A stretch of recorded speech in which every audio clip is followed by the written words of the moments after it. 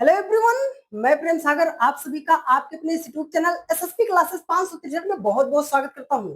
Dear friends, आज की अपनी इस क्लास में हम बात करेंगे रीजनिंग का सबसे मुश्किल चैप्टर जो आपको लगता है एनालॉजी। नंबर एनालॉजी के सवालों को इस तरीके से सॉल्व करेंगे डियर फ्रेंड्स कि आज तक आपने कभी भी नहीं पढ़ा होगा। और आज की पूरी क्लास को देखिएगा, आपको कुछ नई नई चीजें सीखने को मिलेंगी कि ये ऐसे सवाल है डियर फ्रेंड्स जो हम नहीं कर पाते थे, लेकिन अब तो सर इन सवालों को हम विद इन सेकंड में कर पाएंगे। तो पूरी क्लास को एकदम इंटरेस्टिंग वे में हम समझाने का प्रयास करेंगे। बस आप मन लगाकर कापी और कलम के साथ बैठकर देखिएगा। तो चलिए ज्यादा देरी न करते हुए क्लास को शुरू करते हैं और एकदम बेहतर अंदाज में चीजों को सिखाने का प्रयास करते हैं। देखो बाबू भैया, आपके सामने ये पहला सवाल है, इसको करने का तरीका आपको बताएं। ये कह रहा है ना कि 6 का जो रिलेशन 12 के साथ है, सेम लॉजिक से 4 का रिलेशन क्या होगा। मतलब है बाबू भैया कि 6 को जिस भी लॉजिक से हमने 12 बनाया है ना, सेम लॉजिक से हम 4 को क्या बना सकते हैं। तो आपके दिमाग में क्या विचार आ रहा है जानते हो? आप बोलोगे सर जी 6 को 2 से गुणा करेंगे,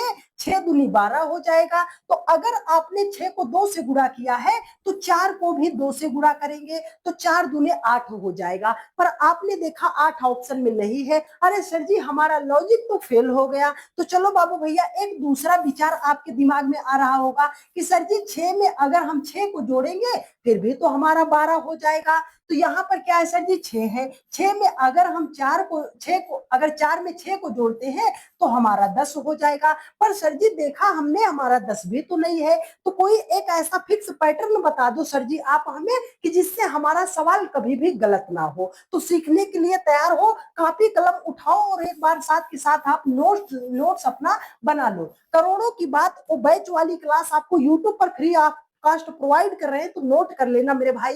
देखो जब भी आपके सामने एनालॉजी का प्रश्न आता है तो सबसे पहले आपको एनालॉजी की प्रॉपर्टी पता होनी चाहिए। फर्स्ट प्रियोरिटी क्या है सर जी? फर्स्ट प्रियोरिटी प्राइम नंबर हमें चेक करना पड़ता है, ठीक है। अब सेकंड प्रियोरिटी क्या होती है सर जी? क्यूब को चेक करते हैं।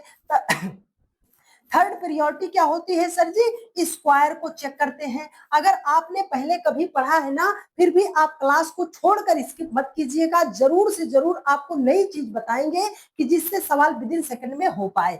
4 नंबर पे हम डिवाइड को करते हैं और 5 नंबर पे हम मल्टीप्लाई को करते हैं। 6 नंबर पे हम बाबू भैया जोड़ते हैं और सबसे लास्ट पे हम क्या करते हैं? घटाते हैं। आपने क्या किया था? 6 दूनी 12 करके लाया था ना, 4 दूनी 8 किया था, आंसर नहीं आया था। आपने 6 नंबर पे जोड़ा था, 6 6 12, 4 6 10 किया था ना। उससे पहले इतने लॉजिक थे, अगर किसी और लॉजिक से आंसर आ जाता ना तब तो आपका चालान कट जाता। तो सीखने के लिए तैयार हो? एक बार थम्स अप करके बताइए कि हाँ सर जी हम सीखने के लिए तैयार हैं। स्क्रीनशॉट जरूर ले लीजिएगा। चलो देखो, जब भी आपके सामने ऐसा एनालॉजी का प्रश्न आए ना, सबसे पहले हमें प्राइम नंबर चेक करना है, अभाज्य संख्या चेक करना है। 6 12 4 कोई सा भी हमारा प्राइम नंबर नहीं है। तो दूसरे नंबर पे हम क्यूब करते हैं। क्यूब का मतलब सर जी ये 6 है ना, जैसे हम 6 का क्यूब करते हैं तो क्यूब का मतलब है कि उसी संख्या को 3 बार कर देना है गुणे। तो 6 छाम 36 छक्के कितना हो जाएगा? 216 हो जाएगा। अरे सर जी हमें तो 12 लाना था, आपने 216 लाया है। तो 216 से हम 12 कैसे बनाएंगे? एक छोटू सा कॉन्सेप्ट और याद रखना कि अगर बड़ी संख्या को छोटी संख्या बनाया जाएगा तो हम क्या कर सकते हैं? डिजिट को ऐड कर सकते हैं, मल्टीप्लाई कर सकते हैं और संख्या को डिवाइड कर सकते हैं। अगर हम इसको जोड़ते हैं तो 6 1 7 2 9 12 तो नहीं आया सर जी। तो दूसरे नंबर पे हमने क्या बताया था? मल्टीप्लाई कर लीजिएगा। चलो इसको हम आपस में मल्टीप्लाई करते हैं। तो 6 एकम 6 दूनी कितना हो जाएगा? 12 हो जाएगा। लॉजिक समझ आया ना मेरे भाई? अब वही सेम लॉजिक इधर भी अप्लाई करते हैं। यहाँ पर ये 4 है ना, 4 का क्यूब करेंगे तो हमारा 64 हो जाएगा और 64 के दोनों डिजिट को आपस में गुणा करेंगे तो 6 चौकम 24 हो जाएगा। 24 कहाँ है सर जी? ऑप्शन नंबर सी में दिया गया है भैया, यही आपका राइट आंसर हो जाएगा। उम्मीद करते हैं मेरे हर एक भाई बहन ने बहुत ही बढ़िया तरीके से चीजों को सीखने का प्रयास किया होगा। अगर आपने आज की इस पूरी क्लास को ईमानदारी के साथ देख लिया ना बाबू भैया, तो यकीन मानिएगा कि एक भी प्रश्न आपका गलत नहीं होगा। चलो अगला सवाल आपके सामने। यहाँ पर क्या है सर जी? 6 का रिलेशन 18 के साथ है, 14 को हम क्या बनाएंगे? आपके दिमाग में विचार क्या आएगा कि सर जी 6 को अगर हम 3 से गुणा करते हैं तो 6 त्रिक 18 हो जाएगा। चलो सर जी 14 को भी 3 से गुणा करेंगे 42, लेकिन ऑप्शन में नहीं है, तो थोड़ा सा आपको बुद्धि लगाना है। क्या सर जी, आपने इस 6 को 3 से ही क्यों मल्टीप्लाई किया? आप बोलोगे सर जी 6 का आधा 3 होता है, इसलिए हमने मल्टीप्लाई किया है। तो यहाँ पर क्या है सर जी, 14 है, 14 का आधा कितना होता है? आप बोलोगे 7 होता है, तो 14 सते कितना हो जाएगा? 98 हो जाएगा। कहाँ है सर जी? ऑप्शन नंबर सी में दिया गया है बाबू भैया, राइट आंसर हो जाएगा। आई बात समझ में? मजा आया ना? कॉन्सेप्ट सीखे हो, सवाल बन जाएगा। दूसरा तरीका इसका क्या है जानते हो? सीखना चाहोगे? पहले प्राइम नंबर, कोई सा भी प्राइम नंबर नहीं है। दूसरे पे क्यूब, क्यूब बड़ी संख्या हो जाएगी, नहीं बना। तीसरे पे हम क्या करते जानते हो? स्क्वायर करते। तो 6 का स्क्वायर 36, और 36 का आधा जब हम करते तो 18 हो जाता। यहाँ पर 14 है ना, 14 का स्क्वायर करेंगे 196 हो जाएगा, 196 का आधा करेंगे 98 हो जाएगा। आई बात समझ में? चलिए अगले प्रश्न पे चलते हैं। 23 का जो रिलेशन 25 के साथ है, 36 का रिलेशन क्या होगा? गलत मत कीजिएगा, सही सही जवाब दीजिएगा। इस सवाल को कैसे करोगे? 23 दो 25, 36 दो 38। ऑप्शन में देखा सर जी नहीं दिया गया है, कैसे करेंगे? एक छोटा सा कॉन्सेप्ट, यदि प्रश्न में कोई ऐसी संख्या दिखाई दे रही हो जिसका आप स्क्वायर रूट या जिसका आप क्यूब रूट निकाल सकते हो, सबसे पहले उसे हाईलाइट कर लीजिएगा, 90% सवाल आपका सॉल्व हो जाएगा। आप बोलोगे सर जी ये 25 है ना, 5 का स्क्वायर होगा, तो 23 से हम 5 कैसे बनाएंगे? बड़ी संख्या से छोटी संख्या डिजिट को जोड़ सकते हैं सर जी। मतलब 23 के दोनों डिजिट को जोड़ेंगे तो 3 2 5 होगा, 5 का स्क्वायर 25 होगा। तो यहाँ पर सर जी 6 3 9 होगा, और 9 का स्क्वायर 81 होगा। ऑप्शन नंबर बी आपका राइट आंसर हो जाएगा। उम्मीद करते हैं मेरे सभी भाई बहन के चेहरे पर मुस्कान आ रही होगी, बहुत अच्छी बात है। फटाफट जवाब दीजिए। 25 का रिलेशन आपका 37 के साथ है, 49 का रिलेशन क्या होगा? अभी तो हमने सीखा सर जी 25 को लिखना चाहते हैं 5 का स्क्वायर, 49 को लिखना चाहते हैं 7 का स्क्वायर। तो 5 से 37 कैसे बनाएंगे? आप बोलोगे सर जी अगर हम 6 का स्क्वायर करते हैं उसमें 1 जोड़ते हैं तो हमारा 37 हो जाएगा। आई बात समझ में?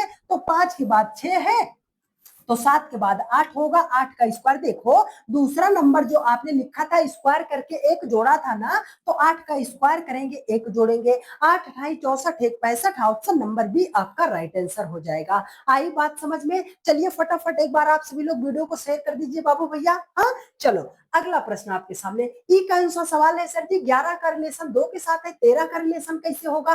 प्रॉपर्टी याद है ना? सबसे पहले प्राइम नंबर। हाँ सर जी प्राइम नंबर तो है, लेकिन 11 बहुत बड़ा प्राइम नंबर है, 2 छोटा प्राइम नंबर है, तो नहीं लगाएंगे। दूसरे नंबर पे क्यूब, 11 का क्यूब 1331, 1331 से 2 तो नहीं आएगा। तो तीसरे नंबर पे हमने क्या बताया? स्क्वायर। ये 11 है ना, 11 का स्क्वायर करेंगे सर जी 121 हो जाएगा। 2 कैसे बनेगा? सभी डिजिट को आपस में मल्टीप्लाई, 2 एकम 2 एकम 2 हो जाएगा। चलो सर जी 13 का स्क्वायर करते हैं, 13 का स्क्वायर 169 हो जाएगा। सभी डिजिट को मल्टीप्लाई, 9 छंगे 54 एकम 54 हो जाएगा। कहाँ है सर जी? ऑप्शन नंबर बी में दिया गया है भाई साहब। आ गया राइट आंसर। चलिए बहुत अच्छी बात है। अगला प्रश्न देखो, 12 का रिलेशन 36 के साथ है, 14 का रिलेशन क्या होगा? एक बार सभी लोग फटाफट जवाब देने का प्रयास कीजिए। आपके दिमाग में क्या विचार आ रहा होगा?